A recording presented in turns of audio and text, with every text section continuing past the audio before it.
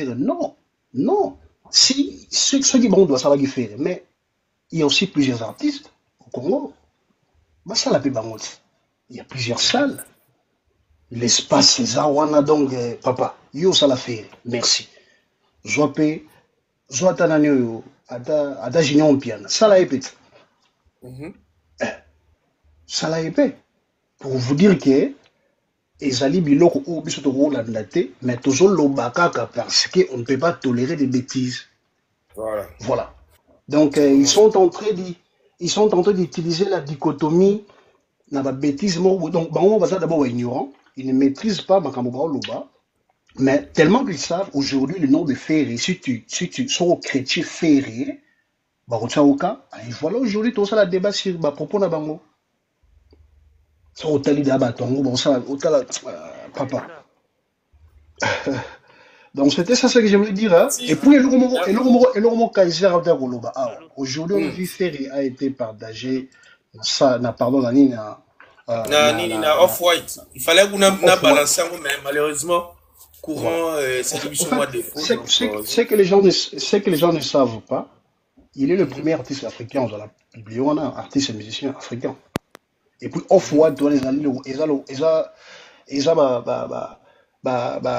marque qui était non, c'est une marque qui a été créée en 2013 par le directeur artistique qui a Louis Vuitton au Koufa.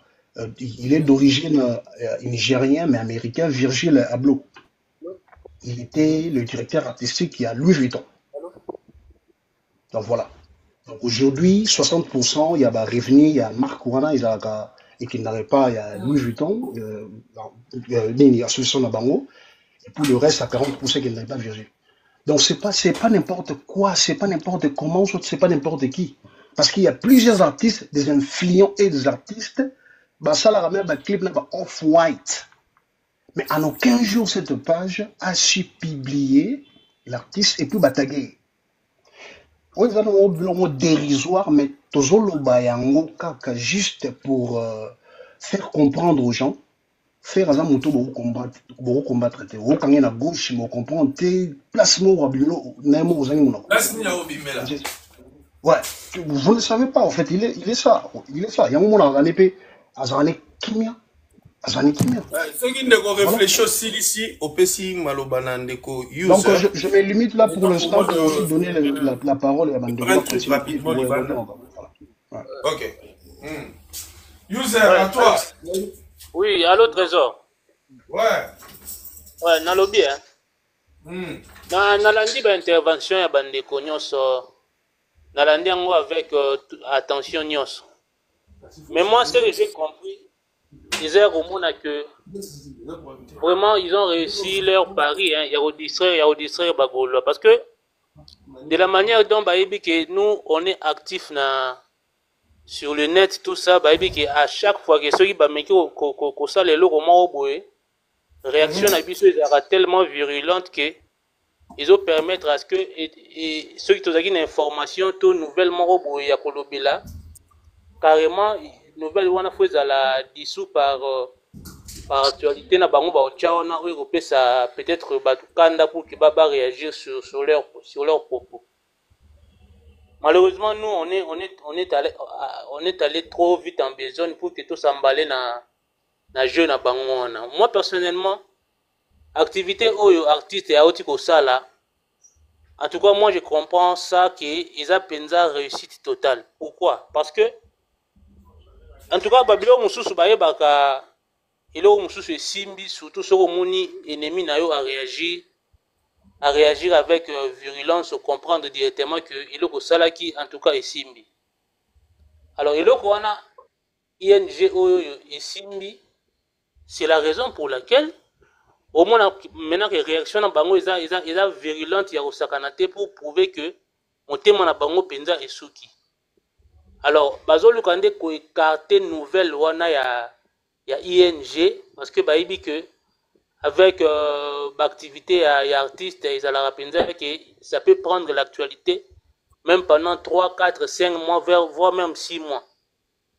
Alors balingi ba empêcher ngo correctement pour que ba mema biso dans le bateau tout banda ko discuter sur babilo omo ezangatina parce que normalement na combo ya artiste Ferregola est très grand par rapport ya bato to ngato sola na bango Ferregola za musika za munene makasi to bando sola bato mo baza bizarroïde. Moi personnellement si je pourrais intervenir ngana ko lobaneti ke mutu neti Alain Kouswana ngana yebi depuis bakini awa na yebi et personnellement na yebi même petit frère na ye je mettais na activité na salaka to sala na petit frère na ye activité moko ensemble. Mais je peux vous raconter maintenant que il a ndenge ya famille hein. Il a ndenge ya famille donc na yebi sayoti na sala na petit frère na sala na papa na ye donc na yebi famille mbimba bien ils na ndenge na bango famille ya ba mandi ou bien non comprendre donc ils ndenge na bango ils ko tuté ya ko sala ngo so na ke na musika te pour na ke musika bato ba yebi ngai ba comprendre mbala moko. Alors na ngaka koloba boy bato wana baza mukie makasi donc ezaka po bali bazoleka na ba media tolinga to pesa bango crédit net ya koloba yaka kwa mutu mwa balabala aleki boy a chrétien na ye artiste donc surtout za wana to bando discuter sur ye baza mukie parce que webi marque oh ya ilamba oh Marc Céline oyo artiste alata na stade Marty eza marque oyo et permettre à ce que na kini a to bande ko mona ngote avant 2023 to no mona ngote ezaka tango ya lata kyango e panzana makasi na kini a o mona ba Céline ya lokuta o ba shino na ba endie ba salaka et comme on lata ma pourquoi parce que marque wana artiste a pesa ngo lumière mais le qu'on a eza ba grandiose soki ezala côté mususu mais ba tira ngo makiele moya osakana te to la raté donc to nga mona na to se kartaka vraiment na ba activité o ezaka ya makasi artiste a pesaka koto landaka bato o ba kenda ko côté ba bato mo ya pamba bato ase ozo mona bato wana so poto to chaka net ke bazalaki wana basalaka nini ba promotion ya Paris la Défense. Le Paris la Défense et Salamité et puis 3-4 mois je pense baché ING Arena. Maintenant qu'est-ce qui a changé pendant ces temps-là? Au bangon nimba pesa biso ba nouvelle bazo cha même ba tableau et non artiste à kaka 5000 billets l'espace il y a 5 heures du temps.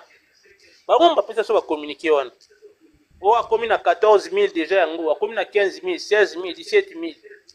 Mouta bande côté quand bande ngona a des petits devant bango. Pour grand ni ngona déjà acha vente bongo o ezana clarté et puis ezana transparence ya ngona. O to mona ki ateki petit na niveau ya o bango bande ko loba. Donc bango ndi baza ba malhonnête alors. Donc baba tout le monde n'a pas vraiment crédit nga personnellement ils ont énervé nga fort parce que activité où ils ont réussite totale mais la façon dont on nous a écarté na biloko belé ba pesi biso tala ba sujet à polémique to ke ni boy mabe to sambrier to zongi boy donc bato on a déjà balié mbongo pour que ba distraire biso ING et yo kana liso et qui dans les oubliettes. C'est vraiment regrettable nga personnellement on a regretté ma casse. Non, Toro bossa na ING parce que moi dans mes émissions na balancera toujours par extrait donc voilà. Donc, oui, exactement on est toujours là. Voilà na cadre général, ça dit que la globalité n'a constaté que ING to bossa nyango même na biso et comme neti dans le passé dans les oubliettes. Mais alors que c'est un événement réussi où ils a penza ils ont comment faut marteler sur yango parce que à la prochaine prestation y a artiste ils ont sous un sujet à motivation au lobake artiste adrena qui foule dans concert naie et na concert Zolanda oh il faut makambo ça la sous plus que au moins mais to se déverser na distraction makasi et moi personnellement je félicite c'est pas la distraction papa. Non, merci beaucoup Ndeko to pesa pe bande omsusu malaba. Une seconde dans la bataille au moins vite avant. OK rapidement oui les gens doivent comprendre hein. Un mensonge lorsqu'il est répété plusieurs fois il devient une vérité dans la tête des gens. Au moins hein. Donc yango babilo comme il faut pas tout le barrage non on est distrait ou tout ça là. Non. Parce que lorsqu'on répète une chose, la même chose, 10, 100, 50 fois dans la tête de quelqu'un, même si c'est un mensonge, ce mensonge devient sa vérité. Donc, il faut que les mélarango, puis la vie reprend. Voilà, c'est un peu ce que je voulais dire. Donc, papa, il est important que les mensonges, n'a pas dénigrement et marque. Hein? Il est très important. Et puis, Internet, ça va coup sur coup. Quand tu sors à 12h, juste, moi je sors à 12h 2 minutes, donc voilà, c'est un peu ça. Rapidement, tout il y avait Fabri Chou, hein? Fabri Chou et puis tu as Lubura. Fabri Chou, moi, Lubura. Lubura, moi, il y a qui ça, moi j'ai des mégas, rapidement. D'accord, pas de souci. Ok. Bonsoir tout le monde, bonsoir tout le monde. Bonsoir tout le monde, bonsoir la famille. Bonsoir Lubura. Ouais, donc, biso ba charlatan oyo ba mboa oyo to tika bango te ba toujours ba bêtise. On a artiste R asali carrière na bango bazala te. Artiste souffrir pour na bâtir carrière a bâtir empire oyo lelo efanda. Batu pe ba bando fanda ba bando lobele lango lelo komba fere bando lobama partout dans le monde. Doro tika ba individu mo bote ba mboa moko bo ba chakal moko boye ba bando ya oloba ba bêtise ba mpuku moko boya ndako ba oloba ba bêtise si tu joana o aza amatama nit mutale mboa o amatama ba lox wana kizengi wana akofanda wana na plateau vraiment bo abando dénigrer artiste tina ba niveau wana eza na sens te na 21e siècle oyo ba maramunyo so eza vraiment poelele bino boya na ba discours ba mensonge lukuta ba biloko mo bakala ok no elekaka lisute na ba héros toza rotika bino bongo te trop c'est trop moi mboa moko ba libumune ta libumune mo bo forme nezo yebana te a tono a mongol yo senti no ba bizengi mibale vraiment ba mikolo vraiment boya ba matama minene bafanda kana ka ko denigrer ka kombuka ya fere donc fere tinenga sala carrière nae bino ko to bozala te bo contribuer à ta na batterie OT même casé ya pambo bo contribuer te bo fandi wana bo net artiste yango net fere akomi te bilanga na bino fo bino boyaka fo pesa ka bino bonga promotion bando boko la bino na basi na bino na bana na bino o mo ape ozongi pe na ndako ba bengo papa ono na uti musala bino bokendaka ya dénigrer faire tina ba niveau moko bo kaka bino bato bokosaka bato keno ono bobimisaka papa ya efanjo papa ngo tindenga limwa pe abunga pe disparaîtra donc suite ne yebana lisuti ta bato moko baye na kima kiona ba charlatan moko bata lukuta bozana haine moko bo mais ce n'est pas possible. Donc banchiki bino bokendaka vraiment bozaka vraiment temps vraiment au fond de la vraiment mwana batu donc jena batu aluka vie nae asaba makambu nae a évoluer na vie do bino bokanga makaka do komboka ya mutu moko pa ba chaîne na bino do bolesa ka ba chaîne na bino do revendiquer suko ba biloko nyoso bokotisa na ba chaîne na bino ya faire il faut bo retirer ngo parce que bo retirer ngo te biso to ndo signaler ka ba chaîne na bino. Faut pas retirer Babylone eza mutoki ya mutu bo futela ba droit d'auteur te et quand c'est la rabino mbongo est-ce que faire déjà déclarer ngo pas faire soit a déclarer ngo capable na maison munene ti soni bo mona ka pa bo bloquer bino ba chaîne wana miki wana na seconde ba bloquer bino na seconde parce que ba bo tchaka ono faire ça qui répétition bozu boche ono faire ki na concert mo bona boma boche. Et ça ba œuvre au artiste zo sala bozo profiter et ba bazo tala et ça la ba vie wana ba mbongo wana bino ndem bolia kango eza bana faire été famille a faire été moi ça faire été balia mbongo wana momona ba mboa moko bo ba tono vide moko bo do ba nie na mutu ba tonya ba nie na mutu ba ya ko lubaka ba bêtise kasi artiste peut to fandi boye ono distraction eza distraction te to recadrer bino na buto et to zonga buto tia mo illusoire to lali nango ba vie so mata Donc eza ute maramuke no distraction te pas beaucoup si batu trop. Et Fanjo awa asale mission moko bo batunaka à propos ya artiste faire no entourage et loko ane tikala batu na mutu ke no entourage à faire ezala mabe. Et tikala batu na mutu no entourage à partir ya Efanjo. De communication mutu c'est il y a des balles mais ezo tikala bongo. Et tikala bongo batu et comme discours ya congolais. Donc, si vous avez qu'on a et se répéter, tant passant déjà les cas, déjà, on a ça, on a 2019, 2018, te belé, vous m'a connecté, dans internet, les lobbies sont tout na Kenya, to kota TikTok, to kota YouTube. Donc, vous avez le côté obino bolo, obiso to yo kati. Donc, nyo to landa ango. Nazo kama bambua mo ba papa, sope maman mo ba mema ki bango sope ndenge nini. Maman oya 25 ans, 25 ans de médias, aye la biso oyo ka non qui songi na communication artiste qui mutema mabe qui tribalisme na batu na ezo lokota bango do ba yaka complot moko boba kita artiste. Heureusement ba Gaulois déjà bazala activer tongo. Toye to timbeli bino to bimisa bino na poisa, lelo tane siko e bomi bimisi na poisa senti no ba gris. Na maman a 25 ans de carrière na média. Oye bate informatique te. Oye bikoute ne basa la TikTok. Oye bikoute ne basa la live na TikTok. Nyonso basa le la rayo. Ole ambongo ba Gaulois ka ya pamba ka boye. Obima ka boye. Limwa kala. Da ba média na bino local ya Congo. Oya okosa ba Congolais ke no bino bosa la communication moko bo intelligente. Ba buzo ba na biso to lingango lisute. Boya ba ma kioniste na ba niveau moko bo. Taka jou mamba ki lelo o zega salara. Yo ebinde ba texte la musique ba vente ligne ko expliquer ba fanatique ne ba ko somba. Yo mama 25 ans de carrière na média o ko kango. Eza niveau na yota. Eza niveau na yota tamuke. De boko saraba na bina mike boko sakana banu boko sakana a pa ba golwa bo lekate. Do tozana to surveiller binu.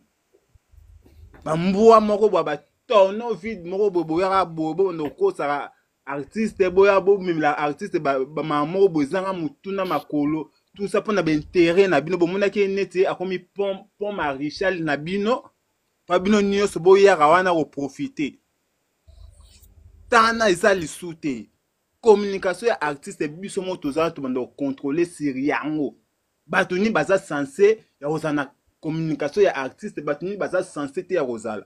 Bino ba mbua ya active net vous avez censé yo sala nini ya ING et fera bando sala ba full auton sa ba full na ba 2000 na ba 2006 ba 2007 ba 2008 10 ba 2012 bino bozalaka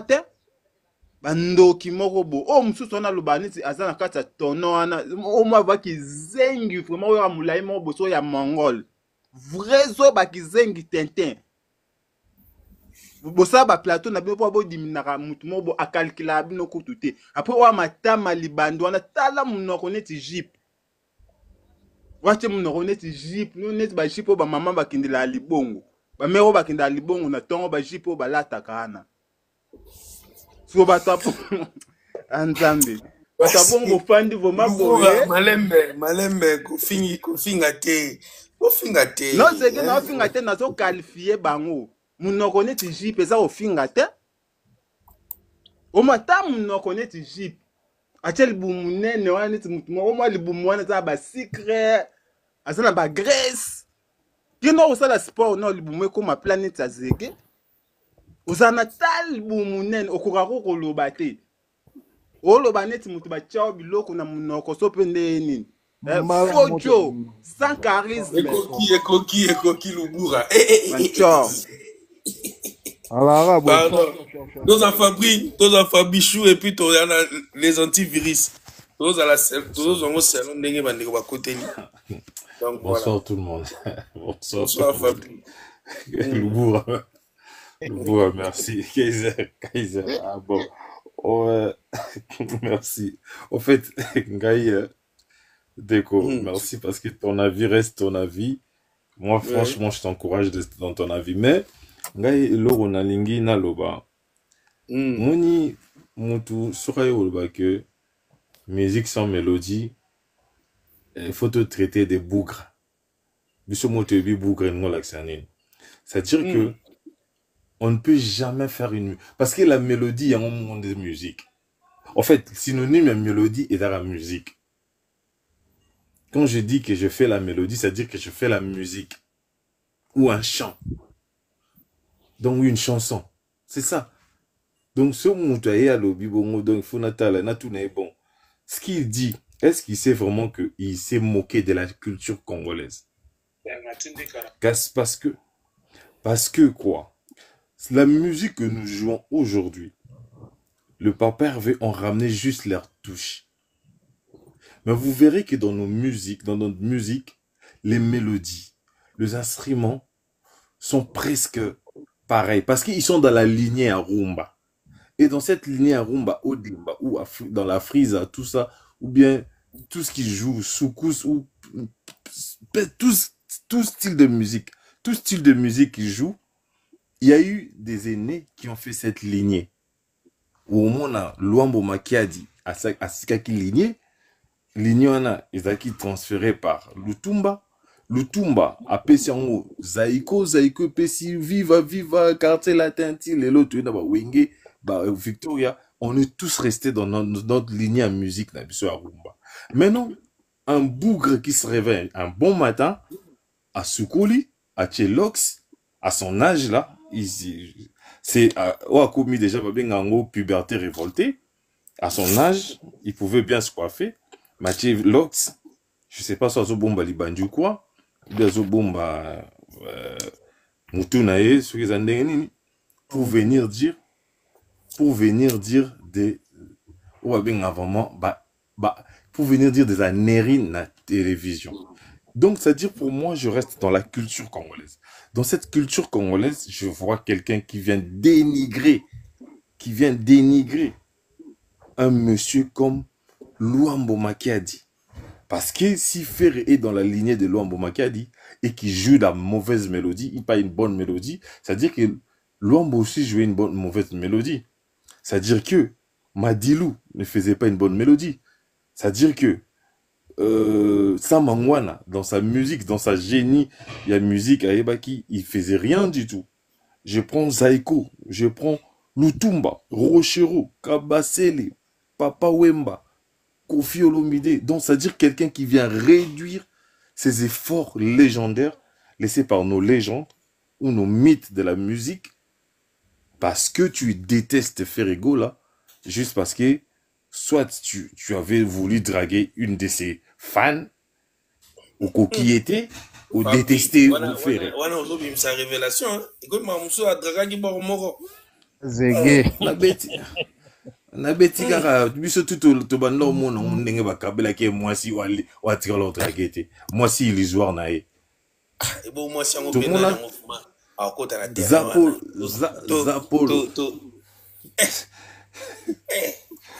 biso tout monde ka ba benga wana apesa wana Nathalie Chichite o Chichite kaka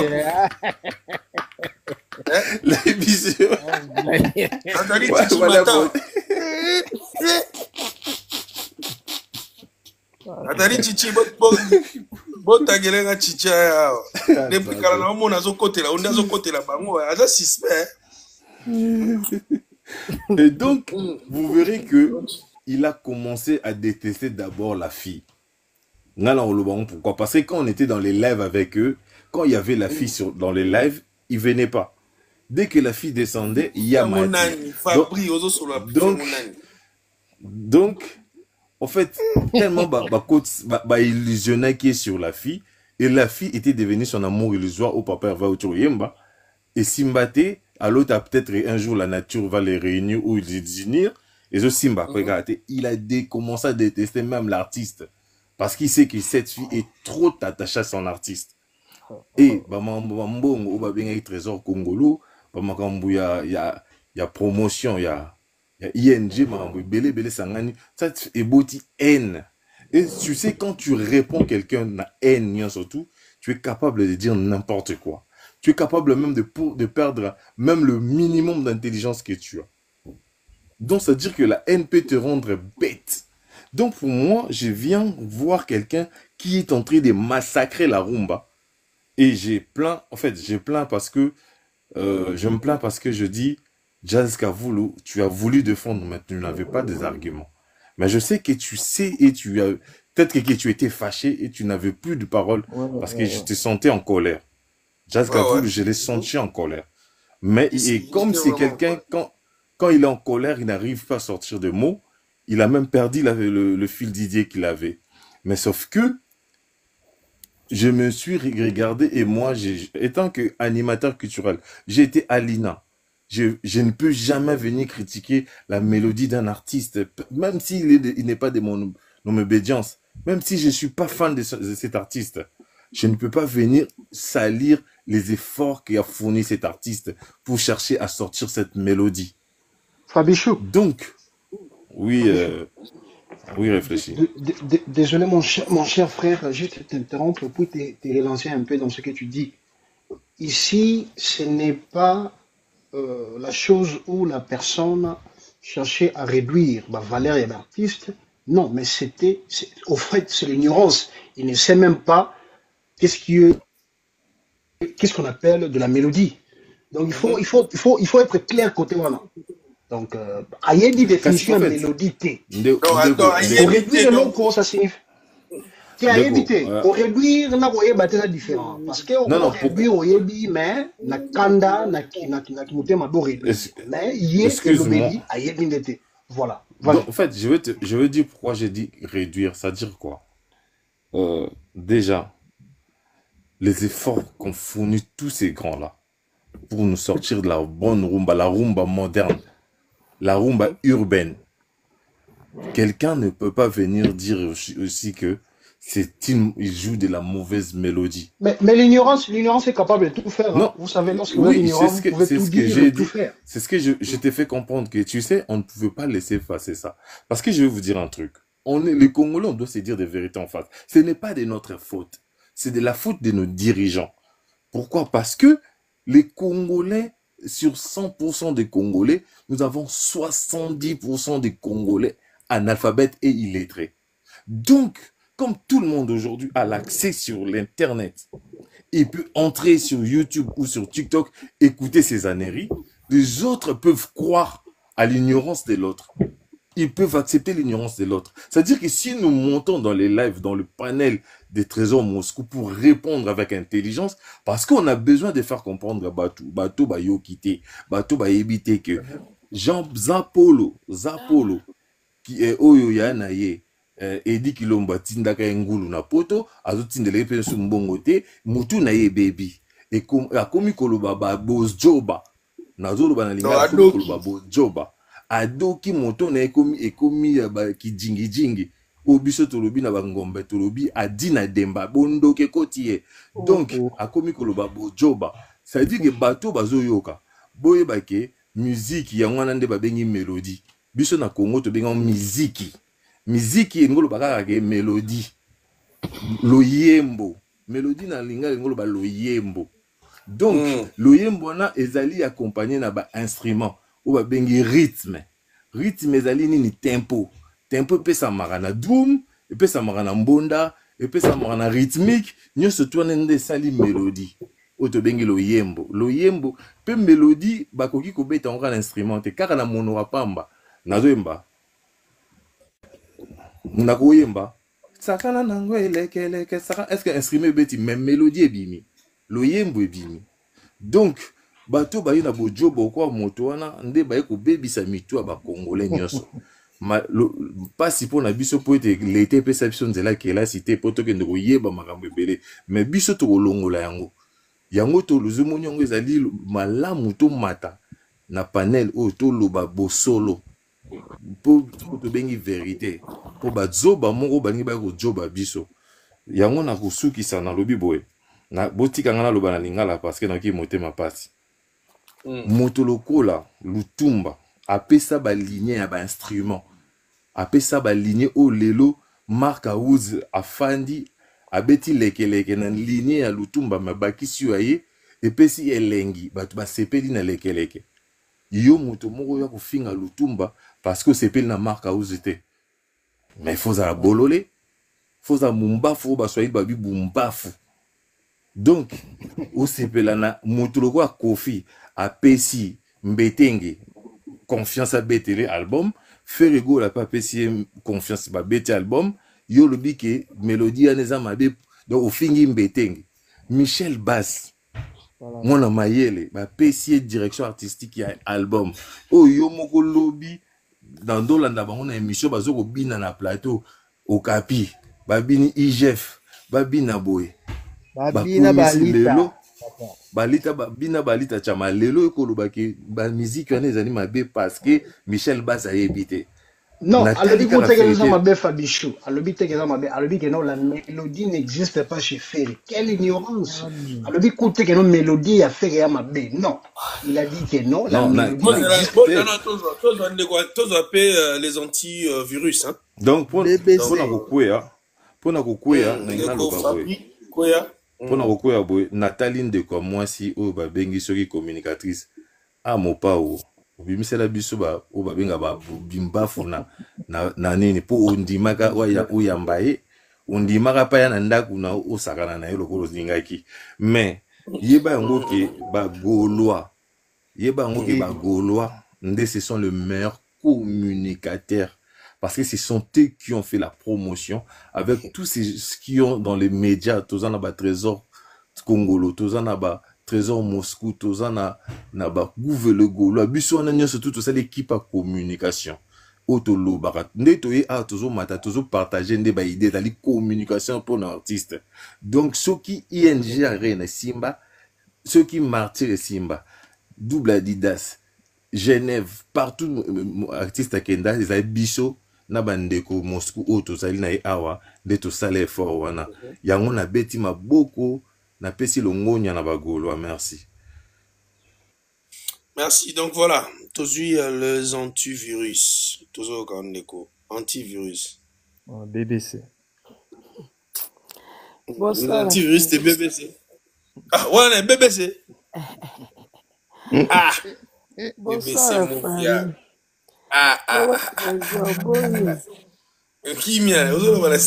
bonsoir la famille, boni no trésor. Mbotele bandeko nyonso bazoyoka ngai bonsoir na bino. Bonsoir à tout le monde. Bonsoir à notre intello papa réfléchi. Abiboye. Nazosepela tamuki ete koyoka bandeko mususu tozo matala ba panel pour dire que bato wana tolanda bango te parce que bazoya ko distraire biso bazoya kotia biso po tobosa na makambo toza nango na banda oyoka ngo pe tant tolonde tobeta concert à Belgique yenje tant tozosombisa babillet awa ezalaki kaka bosomba babillet bazoya ko distraire bino balobeka silence ezaka ndete oyokaka nde balobaka silence ezaka arme moko très fort okokoza pe mutaseli oyo likambo ne parle pas laisse comme ça parce que akokozwa la sous leçon ou bien correction par la silence mais silence basalango mpona peuple africain te précisément congolais congolais basala balobani makambo na silence te preuve andeke biso mindele babeta biso film babeta biso film pour vous prouver biso batuto na poto boyebi mundele bapesa kaka loi balobi soko bimi na mbwana na libanda okosalise besoin okotika ngona sete fo lokota besoin mbwana yo oboko ngona poubelle mutalanda mundele na simate c'est juste balobane kaka donc mundele mo kazi confiance donc pourquoi balobi na nga pona tika mbuka na nga propre le sika na leki fona tika ngo propre mona mindele so abimisi mbwana asa ses besoins azo traîner na sachet dans le boko dès que mbwana sali besoin mo quelque part aloko tia boki na poubelle mais biso batu mwindu tokoka ngoti boyebi ke mutu mwindu so abimisa mbwana na baba so asali katata leki aki mutu mwindu oyabu na nzela boki linzanza libanda preuve ne ke Congo yango wana bomona ke omona mutu ameliji ameli ma yebi ke sachet kufa ate ma oza sachet boki na terrasse oza sachet boki na balabala mais un na poto bomona yango. Donc contribution à propriété à poto ils ont dépendre kaka na ba quantité, ils ont dépendre pe na peuple. Donc pour vous dire que Congolais balobaka na ye na monoko te. Congolais il faut les frapper. Congolais so bêtier d'ayoki. Congolais bangaka likamne surtout ezaka agressif. Congolais lingana ye douceur te. Congolais lingana ye ba bercer na bango yete. Donc tout tika koya ko sa ka ba biloko moko boye. Oh non, distraction, distraction, il y a rien de distraction. Il y a rien de distraction na makambo ezo lekana boye. Trésor yo yebi pour le lot respect à Papa Hervé et se rétablir dans la communauté congolaise, il y a des gens qui sont bâtis pour ça. Parce que faire malgré mon nene nae, malgré surtout faire ça dans la communauté concernant la musique, il y avait personne qui le respectait. Personne. Au moins, on a bimia botami kaka lobby boye. So a tche caméra et le balangoye moko faire que musala ou ya communication ça musala moko libéral. Tout le monde peut se permettre d'essayer à quoi qu'on se proclamer. Oh, on a un journaliste, on a un chroniqueur, on a un chroniqueur parce que tout le monde est devenu chroniqueur. Tout le monde est devenu influenceur. Donc, mutubo kwa waye ba tche téléphone nae, abandi nae koloba makambo o ya yebite ni tête ni queue. Ni tête ni queue. En plus, boy, bango Congolais a un sentiment. Congolais sont yébisi likamboke. Autre chose à mouyibi. Ok, non, vérifiez pas que le trésor à mouyibi. Ayibi pe à solo ou pas. Quand des baïbis que le trésor à mouyibi, et puis la moutoune à longue kaka kepe. Oh, yébite que le trésor à mouyibi. Après, c'est déjà communiqué la communication à moutoune. Moutoune à moutoune à que pessis pe moutoune. Et tika lipe bongo. Mais garçon à à mouyibi. Mais là, monsieur, il y a beaucoup de à mon place au yibate, à mon appétit, à yoki kaka. So, pour tout ni mutu apesa ki message, on a web, so, kenga na yoka ki na kaka. Donc, ya yoka ki ne kaka. Donc, tout tika kwa kolo bablo, on a parce que, respect à Papa Hervé. Vraiment, vraiment, to arracha, on a maboko abato. Non, lingana yeb, ça venu ba gaulois. Faut boye bango ke, bo se souvenir, bat période, au ken piana. Pour bo ba ke yo batona baza elo côté, oui, cause à elo côté, y a pas de souci. Ken piana. Tant que salaka équipe na ye o ezalaki ke a recruter bato pour banda ko détruire image à faire ezaki le mo ba préparer en coulisses ba vandi ba sololi ba sali plan ba tia en exécution et nous tous on a vu qui n'a pas vu que l'image de Papa avait été salie, qui n'a pas vu que l'image de Ferre a été détruite. Non non mona kangote qui ni bien venu témoigner. J'ai fait 7 ans de détruire l'image de Ferre et de détruire les œuvres de Ferre. Hein? Vous n'avez pas vu comment vous avez la ignorance qui vous avez sous-estimé qu'adversaire hein? Sous-estimé à ta adversaire vous avez bien casé l'autre côté mais que sous-estimer non parce que bitumba bobu nanan bossi cité. Donc il ne faut pas sous-estimer. Est-ce que qui pouvait croire que batoka ba ken piana ba kokoti la bango ba moyen moko possible pour ba no détruire mutumo bo na musala nae. Qui pouvait croire okoko zala makasi hein? Boye bango bitumbe za question makasi te. Bato babunda bitumba bayebi makasi bitumbe za makamba ya endurance o babenga na lingala molende. Oyebi que soza molende robeta mutamakasi. Olembisi pe mutamakasi. Ne pensez pas que parce que tu es fort, tu peux taper quelqu'un qui est faible, non. Bo pensara nango te. De to tika babiloko tozoka so baninga ba osa musala. Boya kabolo bakake oh non botika ba distraction ana botika batona baza pa matuzo pesa bango visibilité ya au moins visibilité o e kontara pena étoile ba rozo bando le belo banda tongo banda lelo titongo ti lobi soki ti si mo colonie banda janvier ti décembre banda lundi ti dimanche soki oza étoile tata qui si soki simbango faut à peine étoile pour qui sango pour que ozoye simba. Ce n'est pas tout le monde qui o akoke nanda kwanganga. Non. Tout le monde a coqué nanda kwanganga te. Bah tu me pas que nanda kwanganga bengani ya lobi pas toi. Pas toi. De tout si kababilo kwana o to yaka nango to ya ko lembisa ba tu mususu o baza ko se battre pour rétablir la vérité. Parce que congolais soko bandi ko yebise likamoko lelo lobi yeba ke congolais tikene lelo kwana mutu na etikali pe bongo. Etikali pe bongo.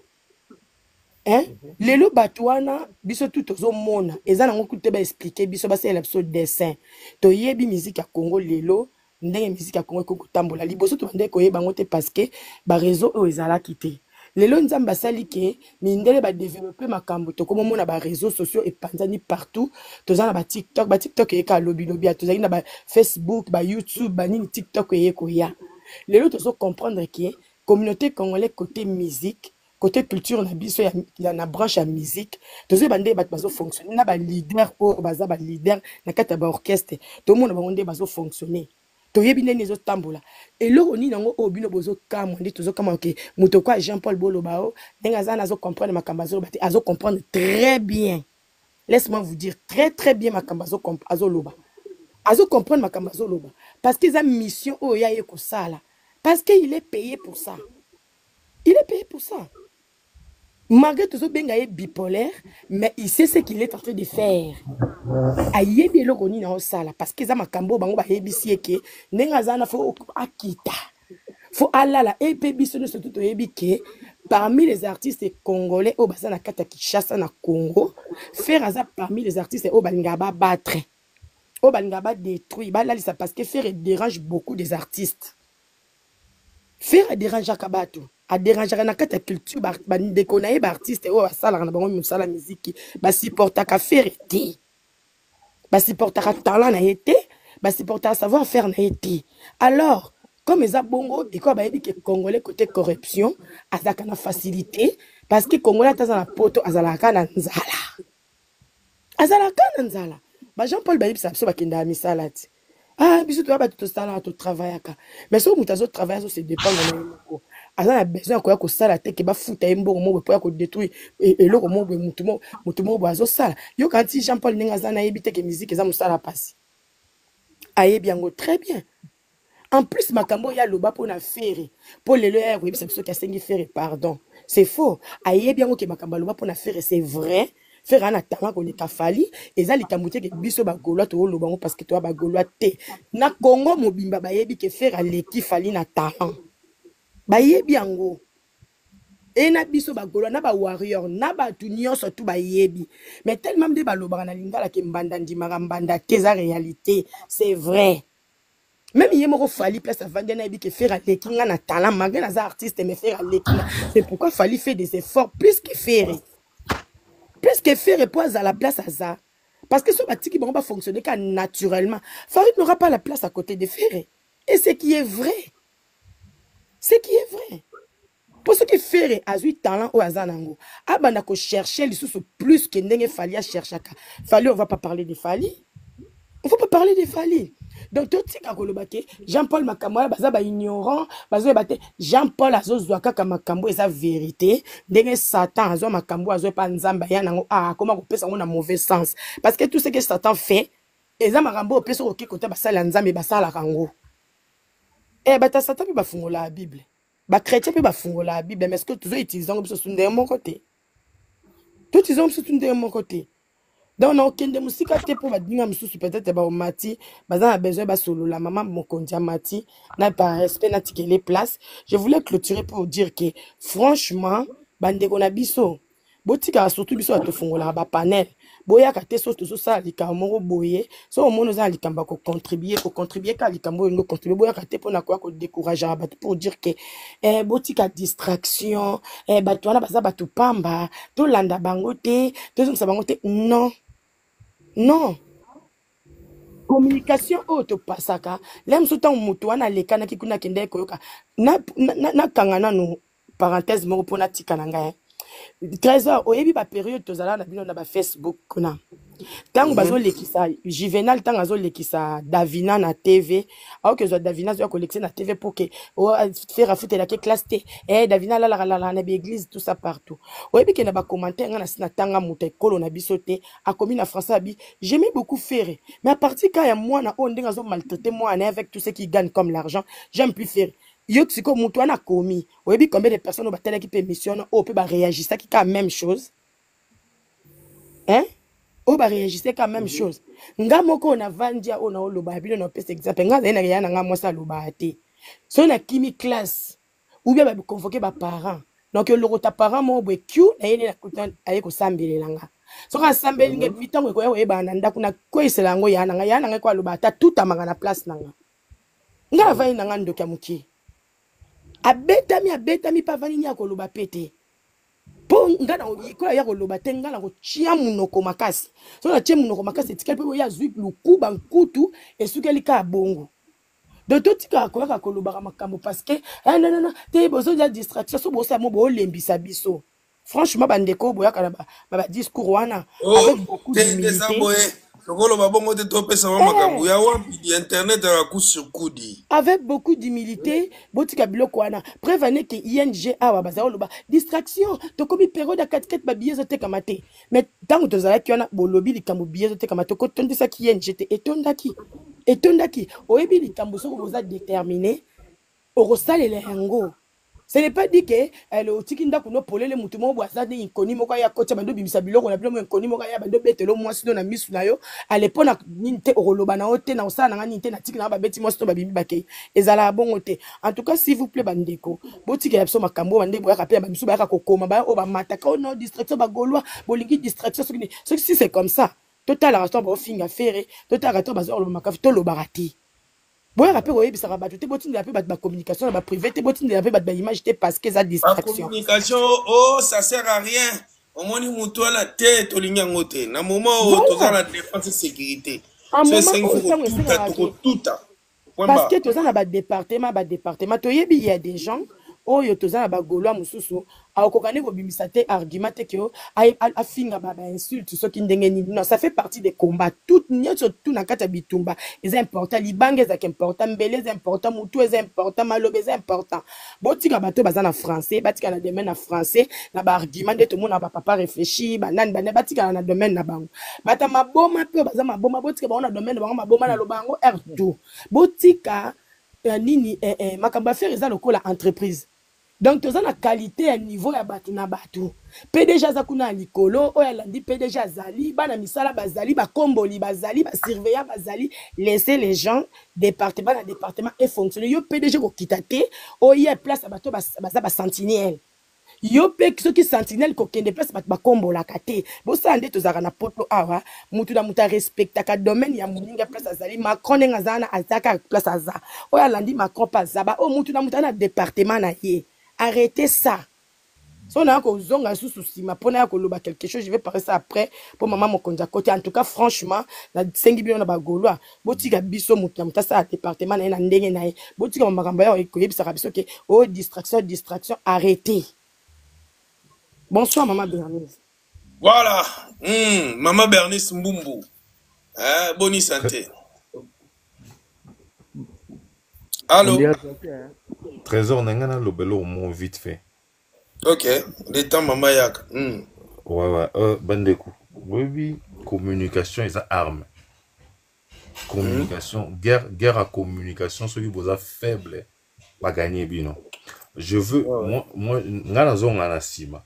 Oui, que avant biso bagolo, domatisa communication ya papa Hervé. Oui, que ba sakana na biso na communication. Parce que de l'autre côté, bah, kotara makasi na réseaux sociaux, Instagram, Facebook, YouTube. Ce qui fait qu'il y a eu même des images, il y a l'accès na Allemagne, plein de mindele. Or, c'était des images truquées.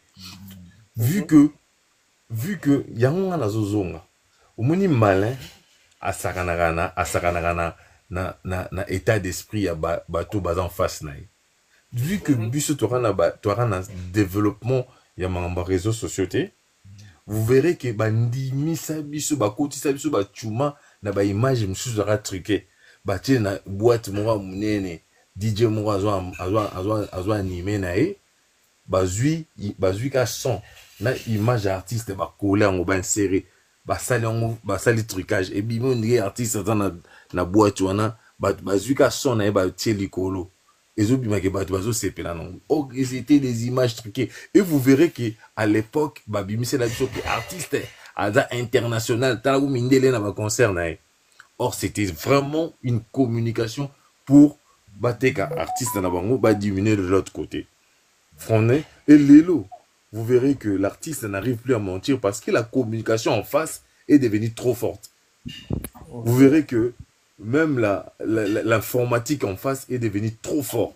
C'est-à-dire que ce côté, biso to côté labo, to yeba ce que avez ou pas. Comme tu es bien autant ta makiona, tu es comme ça makiona. Donc bis bon ben dans ma communication, il y a prétention, biso tu es na communication, il y a makiona. Au sali prétention to biso vous a lokuta. Et vous verrez que ça réduit l'artiste de l'autre côté parce que tout le monde a compris, même les Congolais, comprendre que ça c'est la communication. Donc, Botika Batou Bazan capable de défendre, peu importe leur style de défendre artiste na bango, ça la yango. C'est important. Merci, ce que j'avais juste ajouté. Pardon, Fabrice, attends, je vais dire quelque chose. S'il vous plaît. Attendez quelques heures, s'il te plaît. Zana Batsele Lokomoko. Bota la complexe Oyo. Nanye kombi komba kotsara na kata ya communauté musique na biso. Ba artiste Oyo bazana bazaki na bazana na game T, si je peux dire comme ça. Au mona bango bakomaki ko banga même pas kota na studio asala nzembo na ye aya ko tchongo même na YouTube na ye moko ayeli biso problème ba view et simaki parce que il avait étudié déjà communauté congolaise tout ça complexé total que l'autre côté nité donc ayeli biso problème ba view et simbaki car ba communicateur ne bazai ko communiquer ngo asala ba view beleko les artistes ne surtout tout le monde a vu ba artistes pas comment il a peur. Il y avait des artistes qui n'avaient pas de chaîne YouTube net papa chéri par exemple azaki na chaîne YouTube té ba papa Hervé bazai bango occuper ba YouTube wana té ba ça pa standing na YouTube ba vendre lango ya yeba kango déjà ayeba ke na ko soma déjà chaîne moko za déjà na ba abonné belé na ba on a ko bakisa ba robot et ko scandaliser parce que il avait compris que ba artiste minene o ba libanda bazaka na ba chaîne YouTube pa ba vieux belé et tira que tension ya batu o ba ki paka monde la musique. Vous voyez, à côté qui Kambwana. Alors, même Robino a été manipulé. Bazu Robino batie 15 000 views dans Nzembo Moko. Robino a zoki la tête. Mais lelo oyo. Bon, mon résultat sortant ko bimisango ba testo ba bimisi ke makamba ba view wana ba somba kana bango eza na ngwe lokoto ko fungola YouTube lelo na ba chronifuati ba chronique ba koma ba chaîne ba YouTube ba sapena ba view ko les artistes mususu toye awa yeli biso makambo ya ba concert abeta ba concert chaque mois à cause na 2-3 concerts nzo les ba festival mususu bango mo ba ke ko négocier abeta l'essentiel ka ba mona ka abeta concert na Congo qui ne disait pas que kaka yé mutabeta ba concert ba tuso ba beta raté et là quand on vendre na kata communauté na biso et vendre na kata communauté tout le monde voyait que c'est lui en plus à moment wana ba combattant ba kangi musique na poto ya yeli biso image net que yé aza sommet musique na yata ba sandeni et ko beta kaka ba yeli biso tant ba combattant ba kangi musique ya zo beta musique ana poto croyant que yé ana poto za droit ko beta musique parce que ba banga kaye parce que ça tala ngana bino to vanda yo so mona président mboka ya poto awa apa ba président na ba Afrique ne to mona ko camarade Sassou camarade nani bo mona ana poto président za na camarade ki camarade ana poto ba camarade ba président et joue à rôle te awa et joue à kate Kenny West za camarade Donald Trump bo mona ngwe joue à kuna donc au mona communication oyo bango ba yebaka déjà eloko wana ba banda ko benga na ba privé ba bongisa kango ba sala ngo ba planifier kango très bien. Et soit qui biso et kotisa qui biso. Yango bando mona loko à faire à ça qui l'autre côté. À ça qui l'autre côté, mutasa qui l'autre ezaïe. À cause de ba festival, à cause tala na net makamuneti ya ba coupe. Bobenga ngoni. Ba trophée azalé ko kozwa kuna na Canada, na ba camarade na banga ba Nigeria kuna ba kolo ba Nigeria kuna ba kolo bikolo. Bango ba dalilo ba boya. Ya yeli biso 68 trophées. Tous les semaines na bimisaka na trophée na makamuni no sala ko ba misela ko trophée tous les semaines. 2 ou 3 trophées. Oh, a gagné na live. Biso tout oyebi qu'il fallait bêta en live. Si qu'on ndenge nini yo kozwa trophée à live. Mais tellement bazo laver biso mutu. Et kota na mutu. Et pas ya bato. Bato babime bébé to koma mona baka songo. Baba mususu ba chapeau. Ala ta soki nani na bilo. Oh, comment yana. Oh, ala ta bonnet na hiver. Te na yebi kombone. Te boko makuna so boyebi kombone. Na musu ala ta kitambala kuna. Bangono. Ozo mona ke. Communication oyo. Siko tango biso lelo to yeto bimi. Tu m'as dit pour ça comprendre les réseaux sociaux comme l'acception que ce rebeti na Google pour Google on appelle makamuso ça s'appelle Lukuta pour babimi ça est hasard riche que les artistes de toi Congo et ce qui est faux parce que m'était reçu mandat pour 48 ans qui richesse en bon en années ici ah bon le mec pas en bon ici ba personne ba condition reçu mandat coûter mais a commis Bayer na 48 ans na 48 ans donc les amis les Gaulois botika mutu na département na yé yo so ba ko communiquer o so boye message bimi to ko communiquer botika to communiquer mutu quoi Jean-Paul soki nanu aye ko rectifier makamne wana lobaki te il va pas être tranquille parce que to yebi ke baso fouté mbongo na banga ngati héritier futa bango mbongo po héritier mutu simba bango po héritier aza na eloko te ya koloba devant faire po ye moko pe héritier ayebi ke nde naza boye faire aleki nga na makambo tu na talent na makambo tu totia kutu babien matériel te na talent kaka héritier ayebi ke faire aleki parce que aza témoin ya bavideo na ye moko oyo ye amvia asalaka makambo loko afere voilà. Ouais, hello, nanga Ouais, ba s'il vous plaît, Trésor. papa nanga Toujours toujours Malembe, Bernice, tout ça non, Bernice Mbumbu. So azana bisote, wana na pesi, maloba, na ndeko, oyo tuko, senga maloba siko. Allô, Bernice Mbumbu? Bon, ok. Nani waza pour ça la parole? Trésor, s'il vous plaît. Non, bien. on parle en ordre de papa nanga ngala banda yoro tout ça là, tu vois. Zela, user, je crois que tout ba juju déjà maloba. Tozongi na Kaiser et puis tozonga to na rythme, to landa ordre et puis to kenda. Ouais, en tout cas, nanga na compléter BBC ne lo mo balobi là pena très important en fait. Au moni yana balokuta musufu pas to tikaka eleka.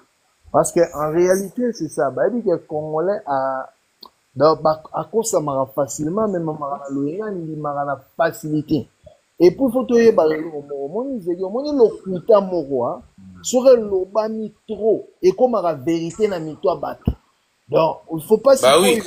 Il faut que luka dia lokuta neti ba lokuta ba margo sur le bimi. Faut que luka dia ko kasango. Parce que ce que lokuta moko et lobami pendant longtemps, pendant 5 mois, na mito ya bato comme la vérité. Vous comprenez? Donc yangwana il faut que tikaka ba lokuta monsieur le karaté.